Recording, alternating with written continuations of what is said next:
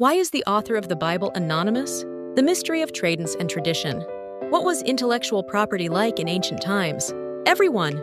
When we choose a book, we first check who the author is. This is because we live in an age where intellectual property and copyright are taken for granted. But in the ancient world where the Bible was recorded, this concept didn't exist at all. At that time, information was not a product sold in bookstores, but a public asset of the palace and temple that maintained society. Today, we explore why the authors of the Bible hid their names and uncover the secret of that sacred anonymity. The producers of information were kings and priests. In ancient society, only the core of power could create documents. Kings left records of their administrative power and victories, and the priests of the temple recorded ritual guidelines and commandments. Scribes were technical experts who documented and preserved their messages.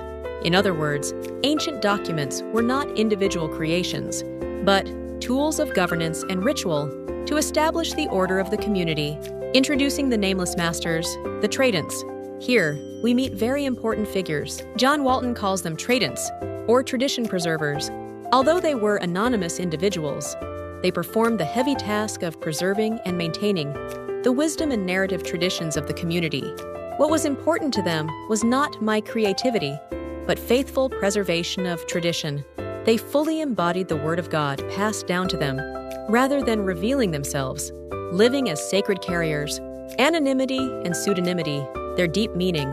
Many books in the Bible choose anonymity, not revealing the author's name, or use pseudonymity by borrowing the names of ancestors, like Moses or Solomon. This is not intended to deceive the reader. It was an ancient classification method confessing that the authority of the text comes not from me as an individual, but from long tradition and God's authority. By erasing themselves, they actually increased the authority of the text. There is a weight of tradition more precious than a name. The Bible is not the work of any one genius author. It is a community heritage that countless Tradents have protected across generations at the risk of their lives. The fact that we cannot know the names of the Bible's authors paradoxically proves that these words are not private records of humans, but solemn revelations from God. When you read the Bible, remember the dedication of countless transmitters hidden behind the name of the recorder and the hand of God who guided them. A journey of biblical interpretation with John Walton. I'll be back next time with a deeper story.